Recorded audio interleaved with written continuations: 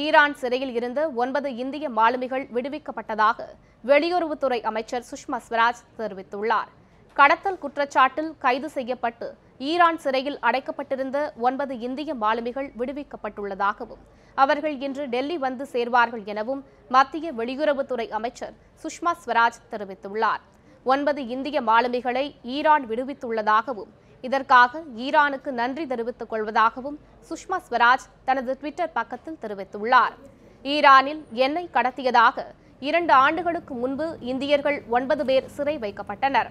கடந்த ஆகஸ்ட் மாதம் ஈரானில் சுற்றுப்பயணம் மேற்கொண்ட சுஷ்மா ஸ்வராஜ் இது தொடர்பாக அந்நாட்டு வெளியுறவுத்துறை அமைச்சர் ஜவாத் ஷரீப்புடன் பேச்சுவார்த்தை நடத்தினார்.